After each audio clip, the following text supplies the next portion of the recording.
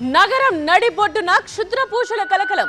Yes, Hyderabad పాత బస్తీలో జరిగింది ఘటన. దానికి సంబంధించిన బ్రేకింగ్ న్యూస్ ఇది. మంత్రించిన నిమ్మకాయలు నల్లకోడితో పాటు సోదలు గుచ్చిన బొమ్మను పడేశారు దుండగులు. బైక్ పై వచ్చి ఓ షాప్ ముందు సంచిని విసిరేశారు వ్యక్తులు. రోడ్డుపై ఉన్న సీసీ కెమెరాలో ఈ దృశ్యాలు రికార్డ్ అయ్యాయి. బండ్లగూడ స్టేషన్ పరిధిలోని జహంగీరాబాద్ లో ఈ ఘటన చోటు చేసుకుంది. క్షుద్రపూషల ఘటనతో స్థానికుల్లో భయాందోళనలు నెలకొన్నాయి. స్థానికుల ఫిర్యాదుతో కేసు నమోదు చేశారు పోలీసులు.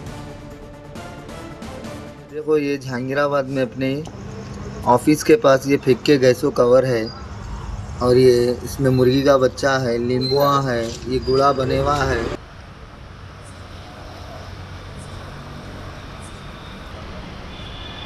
పాదబస్తీలో కలకలం రేపుతున్న క్షుద్రపూషలపై ఫుల్ డీటెయిల్స్ మా సీనియర్ కరెస్పాండెంట్ నూర్ అందిస్తారు.